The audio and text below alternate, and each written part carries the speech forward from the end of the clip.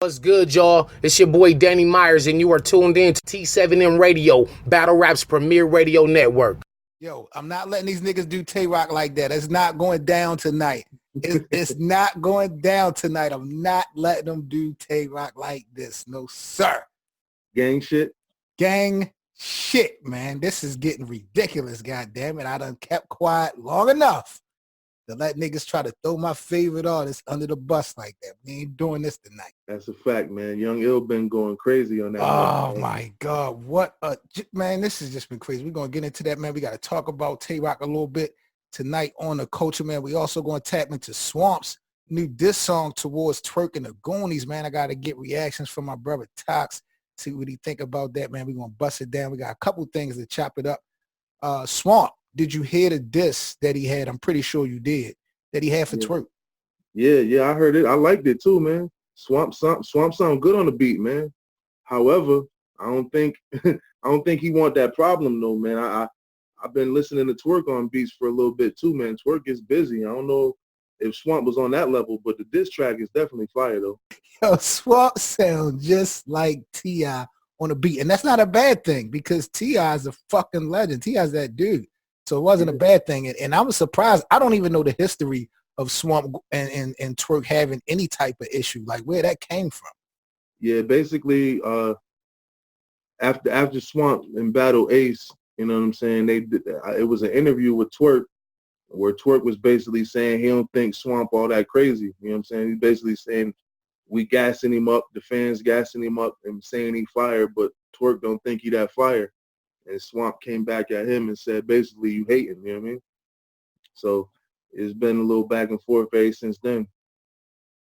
You know, I was on social media and then I just seen, I saw Swamp just post a link and I wasn't really sure, you know, what he was talking about.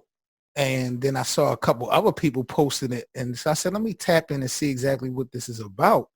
And, you know, he was really, you know, trying to go in on the Goonies. And I'm just like, woo. No. Yeah, man. I like the song, man. It wasn't going like super lyrical crazy, but you know what I'm saying, for the beat, and he wasn't sounding like he was off beat or nothing. He sounded like he belonged on that track. But like I said, man, we all know what New Jersey TWORK do. Like we know like his lyrical ability.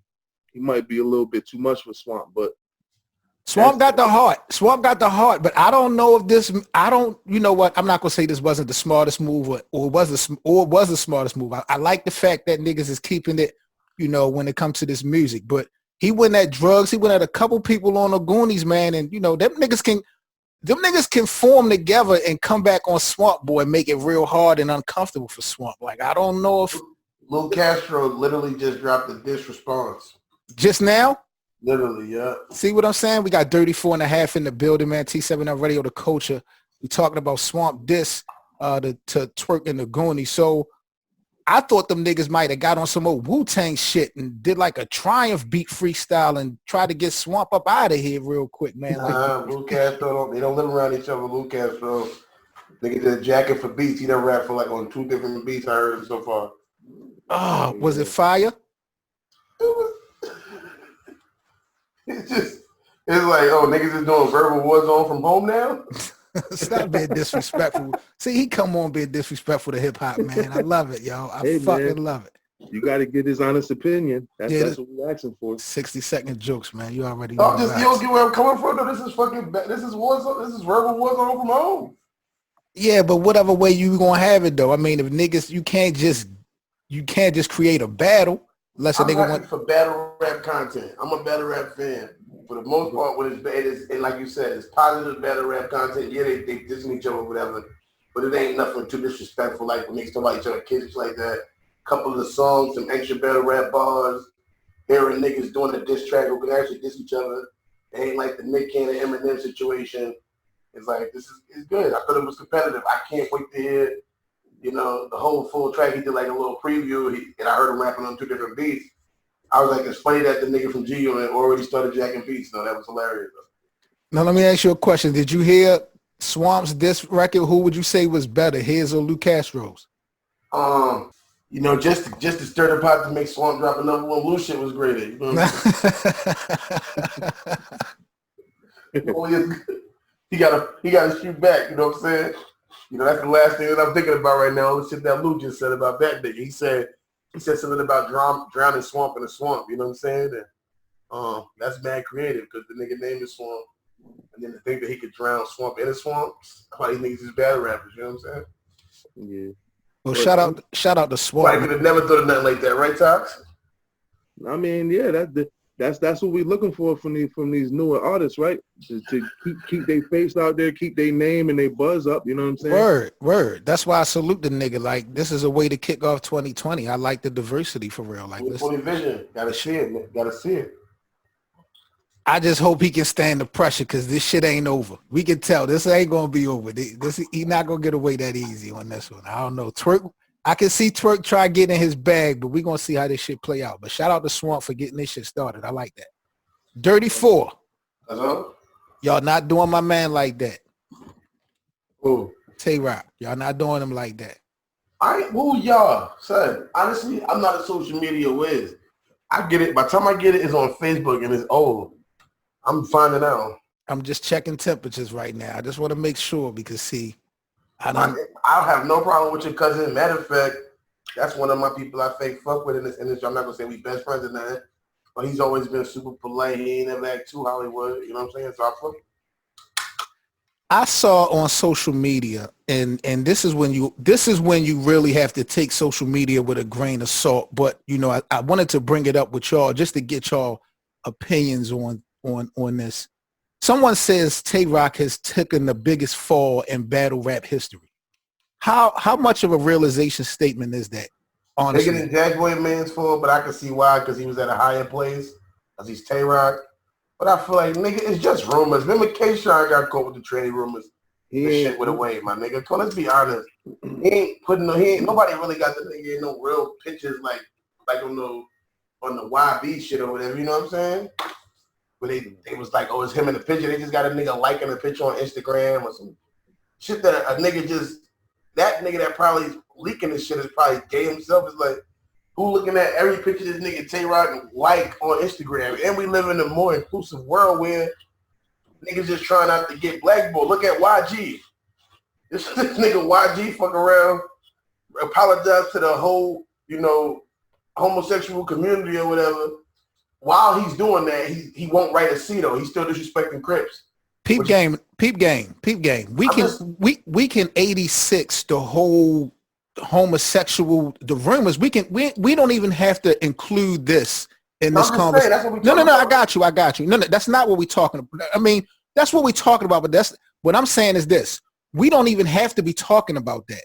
I have seen conversations where people feel like as far as battle rap, like strictly battles, like his win-loss record over the last year or two, like he has taken the biggest fall in battle. We don't even have to get into like the bullshit. Like we can keep.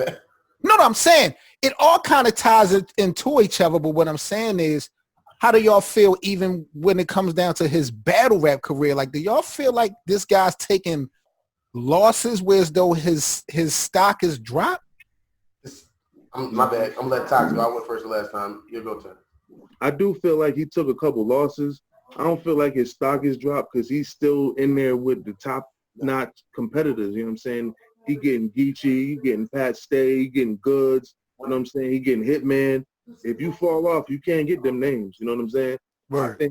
I think all the gossip and the rumors is what's kind of dragging his name through the mud, actually. But if you ask me, the biggest fall from a battle rapper is probably B Magic, but that's a different topic. Talk about it. You look at the resume of TAY ROC and you kind of hit it on the head, Tox. Whether we talking about wins or losses, just look at the level of competition that boy has been going against back to back. From Hollow to Pat Stay to Goods to Geechee to like, it's not like he got subpar, you know, opponents and he dropping the ball. Like, can I ask him to that too? This guy facing legends back to back. Can I ask him to that? Also, for the nigga to say he had like you talk about battle rap, this nigga TAY ROC has moments every battle. Yeah. Each and every battle. Yeah. Every round, you could fake almost saying. So if he's doing 3-rounders, so for like, even in Philly, they really only booed him in Philly because he started this in Cassidy or whatever. Well, they booed him in Houston. That Geechee Gotti battle with him was a good battle. They only started booing him because he started to try to diss Cassidy. Yep. That was a damn good battle. Tay ROC is how he fell off. He was in Philly killing it. Tay ROC is a legend, correct? Undeniable. Tay ROC is a legend, correct? The face. Absolutely. Tay ROC been the face of URL since like 2014. Well, let me ask you this. Is there anything that Tay ROC could do to even enhance his career, or He's doing what he's doing? Let me finish the question, bro. Like, is there anything that he can do or any plates that he could get to make his legendary status even greater? Or is he just at a position where as though no matter what he do, he's just going to be right there on that same level? I mean, you got to give him the legends that he haven't battled, maybe a Lux, you know what I'm saying, somebody like that. But his resume is the top of the charts. Like, he unbattled everybody that was at the top already. I mean, if you want to say something he could do career-wise that would make him a bigger, like a more prestigious legend, I should say, he probably might want to back away from social media a little bit. You know what I'm saying? Because that's a lot of where his reputation is being tarnished right now on the social media. When he get in that ring, ain't nobody got a bad word to say about it. But the back and forth with the battle rappers and the fans and the bloggers and people is dragging him because of that. Like, maybe if he would make himself a little bit less accessible, then, you know what I'm saying, he wouldn't be going through all of this side drama. If Tay ROC was to give it up this year, if he was to make this his last year, would you feel like he left shit incomplete, like he left shit out there? I felt like this guy's giving it his all. Like, if he gives it up this year and decides to fall back and do something different, would you look at him like he left still work to be done, or would y'all be good with that? Nah. Like I said, man, he battled pretty much everybody at the top. Like maybe he got Lux left and TWORK, and that's about it for the top names. And I know it's a lot of shit going on with him and Young L right now, so maybe that. But after that, he gonna be on the Mook and Lux status to where he's falling back, and he gonna come back when it's a big matchup on the table. You know what I'm saying? I don't know if he'll ever be on Lux and Mook status. That's where I'm really going at with this thing. Like, his resume, career is impeccable, but I don't know if there's anything that ROC could do that would get him on, you know, in the public eye on their level. He literally was just standing on stage rapping against Loaded Lux. Facts. So I'm not saying he can't hang with these niggas. Like, I think he'd get crazy on Mook if they was the battle. No, I'm just saying that with that being said, the idea of a Lux and Tay ROC battle is not, it's an obvious thing. Oh, you feel like y'all beat me in chess? Do it yourself one-on-one. You know what I'm saying? So that's an obvious battle that niggas would want to see, or it could generate interest. And then as far as the other people, I feel like after people battle Lux, you know what I'm saying, especially a person like Tay ROC who has battled so many different grades, the Mook battle, now Mook does have the pressure that to kind of accept it. He has other battles he need to finish. No, I don't want to see Tay ROC retire with a year left of work. I feel like he got a lot more to do, and I want to keep seeing him being a gunner. Again, I disagree kind of with TOXX was saying with him leaving social media, because I feel like publicity is publicity. Right now, we have battle rap platform, and we're talking about, like, this is the culture, right? And what are we talking about? Tay ROC. So if his name is in the culture and it's hot, that means that he's doing something correct as an artist. I mean, we as people, we don't understand. Look at Young Thug when he came out wearing a dress. I was like, this nigga's, what is he doing? Now this nigga's one of the biggest artists in the history of hip hop, and I mean, not in history, but, you know, in the current state of hip hop per se. And look at a lot of other people coming up being his little clones, sounding just like Young Thug. So it's like, man, listen, we don't always see what somebody's doing, but the way that people use to promote themselves, if they're getting promotion, they're probably doing something correct. Niggas is really just going at ROC, man, and it's just like, I just remember where everybody held ROC on such a high pedestal. Everybody loved ROC at one point, man, and, you know, and it just seemed like now for the last 8 months, you know, the shots that's just been going at him has just been crazy. And I'm not trying to put it out there like they not warranted or, you know, he don't deserve nothing. I'm not really, you know, it's just amazing to me just to see the 180 as far as the, you know, but he still get a lot of support. He still got a lot of love, yo, but you know, it's out. Niggas is throwing darts now. Like it's crazy. When it come to Young Ill, I don't have nothing memorable from him other than, only thing to smack who is that nigga line, right? that's it. In the Rex battle. That's it. Those two things. That's it. That's the one line. It's like one line. Yo, y'all can hear me? Yeah, you good, G. You good. We can hear you. Y'all saying that's all Young Ill has done is the rest. No. All that I really know him for, not that I know him for, but when I think of Young Ill, I don't think of nothing more memorable from Young Ill's career other than the Rex battle and the smack. Who is this nigga? Like he got a lot of I don't want to be disrespectful because he got a lot of heart, you know, when Averb and when the St. Louis movement first came out, like he was one of the front runners. So I don't want to act like this guy ain't putting no work in, but I remember that though, 7, he dressed up like a crackhead. Remember that? I mean, that was kind of crazy. Isn't you don't remember that? Yeah, I remember that. It was kind of crazy. I gotta give Young Ill his credit for being one of the only people to clearly beat Sue Surf too, though. You mind? You just talking to talk. People can hear you, Ty. You can't talk about Surf around this guy, man. Lord have mercy. Nah, I'm a Surf fan too. He don't win every battle though. I'm a Surf fan too. You wouldn't even said that blasphemy. Hey, to a crackhead. Let's be honest. Peep game, man. This is the coach of T7M Radio. 7 Mitchell, 34.5 TOXX. Y'all make sure y'all support the culture, T7M Radio. Next up, I want to talk about the disconnect between bloggers and battle rappers. What? The disconnect between bloggers and battle rappers. You starting doing your media thing. Do you see or do you feel like certain battlers may only show support when it comes to media platforms based off of the relationships that they have? I mean, that's natural, I think, in life. I feel like we're not talking about life. We're talking about battle rap. Can we just stick to the script? Life is like art. Battle rap is art. Art imitates life. Correct? Imitates. Is not the same thing. All right. Battle rap is art. Can we get art back to imitates life? Can we get back to the script though? Yeah, go. I've asked you the question. I mean, can I get a response? Oh no, I feel like there is. I feel like there is a slight disconnect because as a blogger reaching out to battle rappers, feel like they don't understand what I might want to do or don't want to do or what I'm trying to do. Some of them don't understand the interview process or what it means to get interviewed or why they should get interviewed. Obviously, they're going to want to get interviewed on platforms they feel have stronger fan bases so that way they can do less interviews or whatever, you know what I mean? Or not oversaturate themselves or make themselves more viable to those people. But yeah, I do feel like there's a thing of people doing it based on relationships, but I think that's just a natural thing, me and you. Our interaction right now, you and TOXX, the reason TOXX is on the show right now, why'd you introduce me to him? Why did we meet each other? Because of a relationship y'all had before. That's what I'm saying. That's life. Well, that's regular.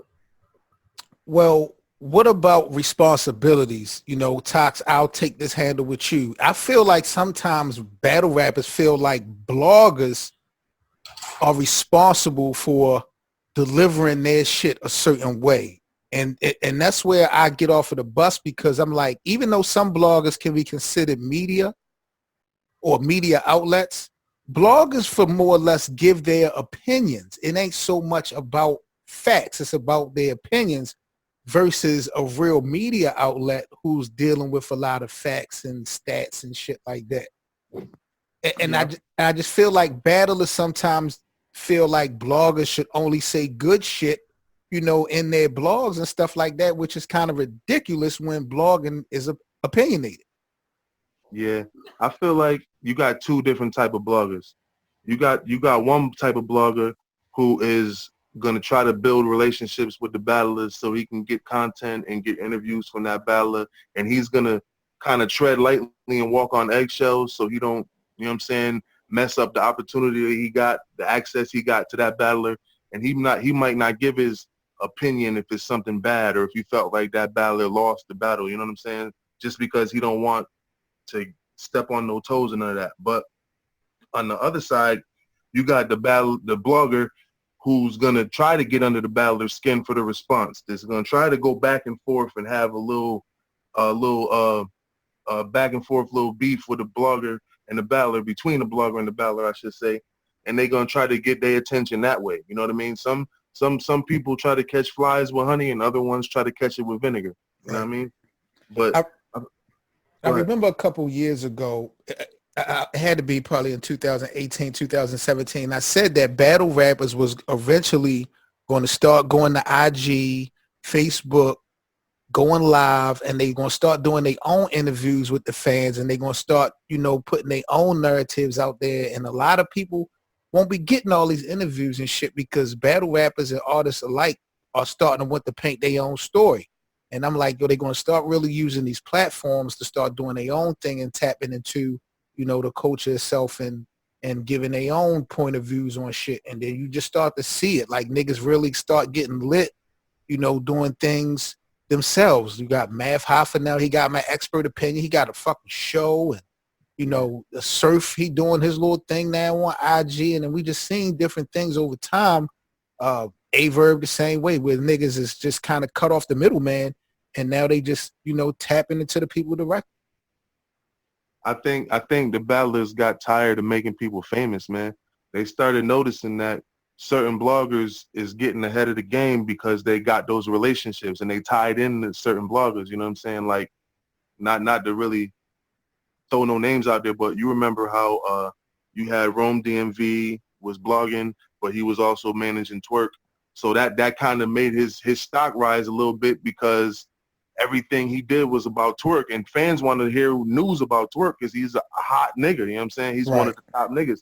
So I mean, it's a lot of bloggers that got their name up off of the fact that they have the relationship with a certain battler, and I think like that kind of put them ahead of the game. You know. So Dirty Four, where does that leave the media or some of the up-and-coming media outlets when the battlers are now starting to take the shit into their own hands? Like, what does that leave the media now to do, Dirty Four, when it comes to creating content? And without giving, I guess, I mean, fuck it, it's like, I say, build relationships with battle rappers and make it to where they can, I mean, I don't have a problem telling a battle rapper they fake loss or one to their face. I think it's not what you say, it's how you say it. I think some things can't be deniable. Obviously, if it's a debatable battle and they can really feel like they won, when Blue Easy lost to Jerry West, I got the interview with Blue Easy coming right off stage and told him we lost to Jerry West. He interviewed with me, we talked, we went outside, we interviewed again. So that being said, me telling him to his face he lost during the interview talking about the loss, he wasn't acting weird. You get what I'm trying to say? So now let me ask you this though, because see, you fresh into the game and you have met a lot of artists, you know, a bit owners of platforms and all that. Do you feel like you could take that same handle with all the battlers that you dealt with? Do you feel like you could be that honest with all of these niggas and you still be able to get some type of content after being as honest? Because, you know, Glue is just Glue is different. You know, Glue I is know what you're saying. Obviously, I can't think of nobody in particular that I would be afraid to offend and not have on the show. But I do like to carry my content at a certain level. I think that's also a thing too. When you got people who are, you know, maliciously reporting just rumors just to report them for the sake of views, or different type of other stuff. But then you want to interview with somebody, but it's like, you know what I mean? So you got people who blow up off of controversy or only exist to promote controversy, opposed to who won is what you do. I think is what you do. And I feel like if you have a good platform, like you have a platform right here in the culture, I know you're not going to have a problem, you know, you interview who you want to interview. You're selected, but you still have a Rolodex of people that would reach out and want to do shows with you. I think it's all about just, like I said, creating those relationships and creating content where battle rappers respect your opinion and understand that, nigga, you can't win every battle you can. And if you lost, you lost. I'm just giving my honest opinion. right. Yeah. And I think and when you are doing that and you're not being malicious about it, just trying to drag them in the dirt. I made a whole joke when I woke up. I'm like, yo, I say, yo, this is my friend Raw. I did the whole Rosenberg Raw joke right in front of Go Easy. And I know, like you said, he's a person who's cool with it or whatever, but for the most part, when I meet battlers, yeah, they like to joke about arguing about whether they won or lost the battle, but they seem pretty cool about it. And I think it's about just building those relationships and not just being malicious about it. Letting them know that, hey, I'm a fan. This is my opinion. And if you disagree, no disrespect. You know what I'm saying? I'm not trying to be mean. I'm not here trying to fuck your money up, make nobody book you. Right. That's what it boils down to. Right? I expect more from you. You hit it on the head right there too. Like it's a way to do things. You know what I mean? You can say these two battlers battle, and I had this battler winning, and say it in a professional way where it's not dragging that person's name like, yo, you trash, you got killed. You know what I mean? Like that type of thing right there is swaying the opinion of the rest of the fans to make them, you know what I mean? Because whether we want to admit it or not, everybody that's in media has some type of following. You know what I mean? It's people out there that's gonna listen to this show, and if Seven Mitchell come on the show and say such and such got bodied, they gonna run with that narrative. You know what I'm saying? Just because they trust your opinion and they value your opinion, or they wouldn't be listening in the first place. You know? That's a fact.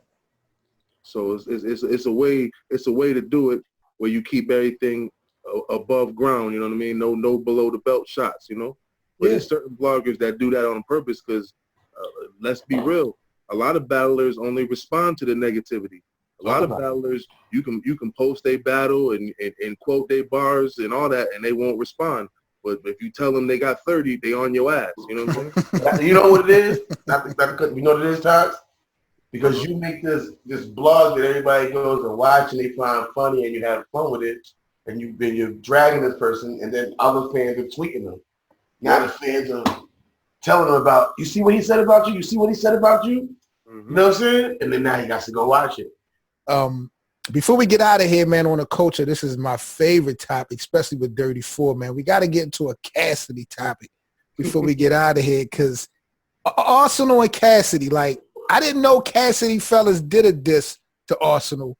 And then I just seen a video clip that TOXX put me on with this morning in regards to Arsenal talking about Cassidy's diss towards him, and he had to make a phone call to get that battle to drop. The battle. What? Arsenal got that much juice, Dirty 4? The battle literally dropped probably an hour or two after I seen the video that Arsenal had posted. The shit was almost like, I started to wonder if it was like some shit where they, again, I'm always watching because battle rap is fake like wrestling. So my eyes and ears are always, I'm trying to keep my third eye open. I'm like, they must have told him. There's no fucking way that Cassidy literally did that. Because why would somebody do that? Why would somebody blow? I'm not trying to sound tough. I'm not even tough.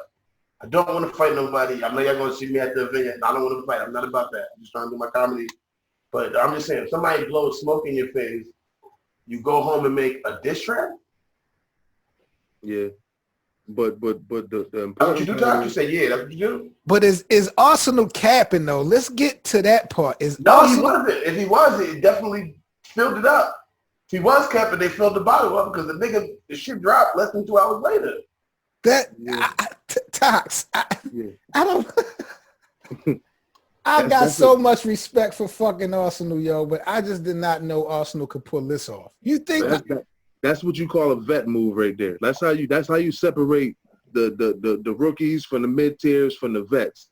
A vet, when you sign your contract, and I believe it was Hollow that was talking about this in an interview with Uncle Ra on 15 Minutes of Fame. He was saying that he puts it in his contract to when he wants his battle to drop. Like, I need my shit on YouTube within 6 weeks. You know what I mean? Shit like that.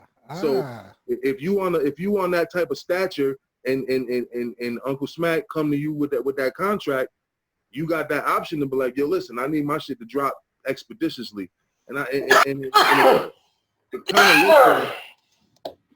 kind of looks like this is what happened because like Dirty 4 was just saying, they battled however many months ago, and Cassidy went home and recorded a diss track, but he put it out the day before the battle dropped. And then Arsenal came back with his video saying, you want to diss me?